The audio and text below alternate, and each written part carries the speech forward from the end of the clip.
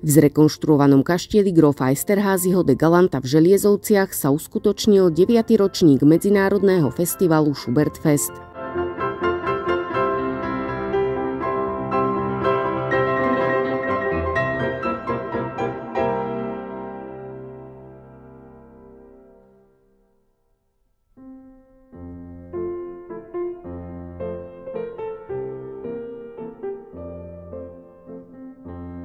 Ešte pred samotným koncertom sa uskutočnil workshop a Schubertová akadémia speváckeho zboru základnej umeleckej školy Franza Schuberta v Želiezovciach. Dnes sme sa zúčastnili ja aj deti zo Želiezoviec z základnej umeleckej školy workshopu, kde sme sa rozprávali o hlasovej technike, o speve, o výraze. Potom sme si s detským zborom sa rozospievali a prešli sme si 2 skladby v latinčine. Potom som mala dokonca aj individuálny spev, kde som s 3 deťmi zo základnej umeleckej školy pracovala individuálne. Vypočula som si ich, urobili sme si hlasovú rozcvičku, rozoberali sme, kde majú deti chyby, kde sa im dobre spieva, čo by mali ešte zlepšiť, v čom sú zase dobrí. Takže tá spolupráca so Želiezovcami už trvá 2. rok a deti boli veľmi vnímavé, majú krásne hlásky, pani učiteľky sú úplne úžasné, priateľské, takže sme našli spoločnú nielen ľudskú reč, ale aj hudobnú reč a speváckú reč. Spolupráca s nimi bola báječná. Verím, že sa deti niečo nové naučili, pani učiteľky takisto, vymenili sme si skúsenosti z učenia, z hlasovej výchovy detí, ale aj dospelejších. Samozrejme sme sa rozprávali aj o zborovej technike, o tom, ako pracovať so zbormi. Aj sme si na tých skladbách zborových spoločne prešli latinčinu, prízvuky, odťahy, čiže muzikánsky sme porobili na skladbách. Celé podujatie moderátorsky sprevádzal Pavel Polka, ktorý návštevníkom porozprával o samotnom kaštieli a o návšteve Franza Schuberta v Želiezovciach. Ako prvé by som chcel povedať, že som veľmi spokojný, pretože vlastne v živote je to tak, že postupnými krokmi sa dá dojsť aj k určitému úspešnému ukončeniu životných snov.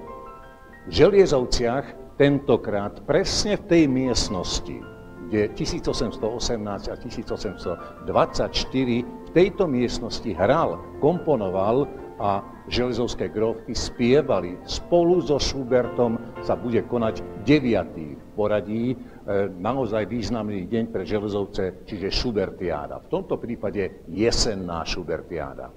Keď to není 10., len 9., ale o to viacej chceme tomu pridať ešte tej pridanej hodnoty. Som veľmi rád, že napríklad z Nemecka príde jedna veľmi výborná klavíristka, ale aj sopranistka, Kristína Marov. Na moje veľké prekvapenie z Paríža lietadlom letia 2 dámy, tiež jedna speváčka a jedna klavíristka, ktorá by chcela tiež prezentovať len tu v Želiezovciach, ale presne v tejto miestnosti svoje umenie. No a príde Rumi kvartet z Bratislavy a tak ďalej. Čiže táto sobota, tento víkend z 28. októbra 2023 bude čakať práve na návštevníkov aj Želiezoviec, ale už ako som sa dozvedel z okolia, dokonca z Maďarska aj z Čiech, ktorí chcú si užiť Schubertov fenomén práve v tejto miestnosti, kde teraz stojíme. Ako host sa predstavilo sláčikové kvarteto Rumi kvartet. My sme sláčikové kvarteto Rumi kvartet, študujeme na konzervatóriu v Bratislave. Sme súčasťou tohto Schubertfestu s programom prvého Schubertovho kvarteta celého. Členmi sú Niky Adamcová, ktorá hrá na čelo, Janka Gabčová a druhá huslistka a primárius Simona Bohovičová. A ja, Matej Michalec a viola player. Na podujatí sa predstavila klavírna poetka diel Franza Schuberta, víťazka mnohých domácich i zahraničných klavírnych súťaží Kristína Maruf-Dupöš, ktorá má za sebou početné koncertné pódia doma i v zahraničí a ktorá vystúpila na mnohých prestížnych medzinárodných festivaloch. Zaspievala aj sopranistka Christine Lavazek z Francúzska.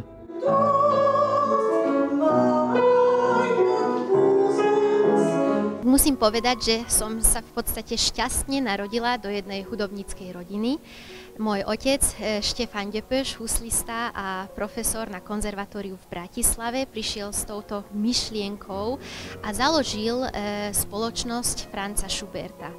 A teda tento rok je to už 9. ročník, čo sa tento hudobný festival organizuje a vždy máme teda koncerty aj vo Viedni, v Leviciach a tiež v Želiezovciach. Festival je veľmi výnimočný, pretože sme sa rozhodli pre jedného hudobného skladateľa, pre Franza Schuberta, ktorý v podstate v tomto regióne tiež pôsobil, pretože nedaleko od Levíc v Želiezovciach žil gróf Esterházy, ktorý si Schuberta pozval v letných mesiacoch raz v roku 1818 a potom tiež 1824 ako hudobníka, ktorý mu teda mal tie krásne letné večery spríjemniť muzicírovaním a taktiež gróf Esterházy mal dve céry, ktoré Franz Schubert učil hre na klavíri.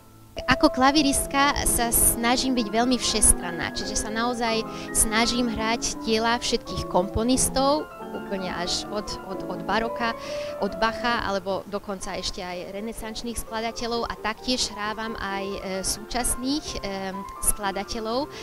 Ale musím teda naozaj povedať, že Franz Schubert je mi asi tak najviac srdcu blízky. A jeho citát, ktorý skoro vždy spomínam, čo povedal, že to, čo je v mojom srdci, dávam celému svetu. Je mi veľmi blízky, pretože ako interpretka, ako klavíristka a taktiež ako pedagóg sa snažím o to naozaj, to, čo ja mám v srdci, tú veľkú lásku v hudbe sa snažím tiež sprostredkúvať a taktiež dávať svetu. Myšlienka tohto celého skresla z hlavy môjho manžela Štefana Ďepöša, ktorý je dlhoročným pedagógom na Bratislavskom konzervatóriu a on bol veľkým obdivovateľom tohto veľkého hudobného génia Franza Schuberta. Možno, že to začalo tak, že vlastne počas jeho štúdií, keď on študoval na konzervatóriu v Bratislave, tak riaditeľom bol konzervatória Zdenko Nováček, ktorý sa veľmi zaoberal touto tematikou Franz Schubert na Slovensku, Franz Schubert v Želiezovciach.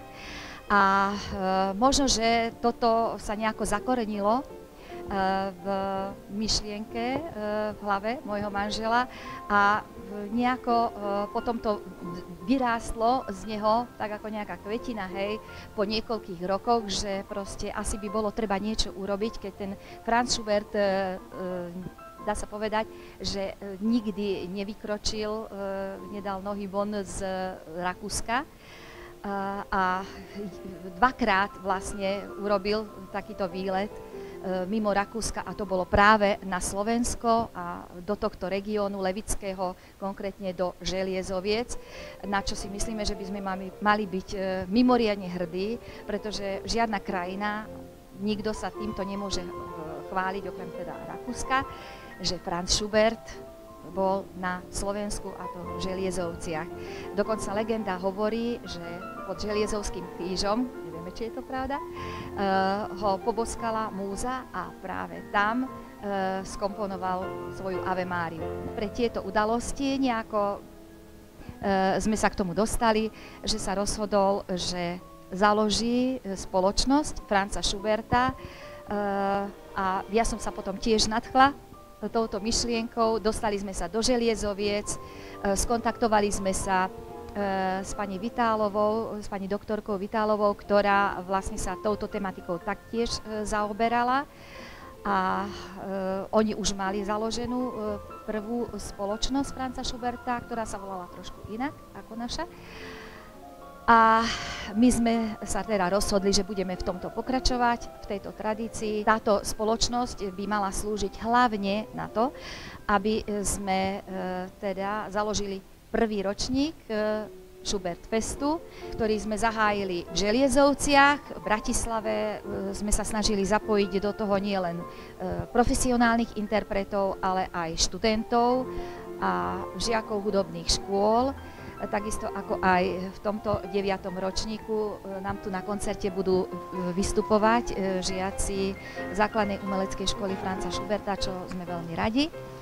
Takže bude to taká konklúzia profesionáli na jednom pódiu spolu s tými, ktorí sa chcú len stať interpretmi, profesionálmi. Hlavným cieľom Schubertfestu je propagovať dielo Franza Schuberta. Chceli sme týmto spropagovať, že prišiel na Slovensko 2-krát a teda šíriť túto myšlienku ďalej, aby sa o tom vedelo a aby sme boli na to všetci hrdí, že taký veľký génius, ktorý je nielen génius európskeho, ale svetového formátu, jeho diela všade znejú, všetci ho poznajú, aby sa o tom vedelo, že Franz Schubert bol na Slovensku.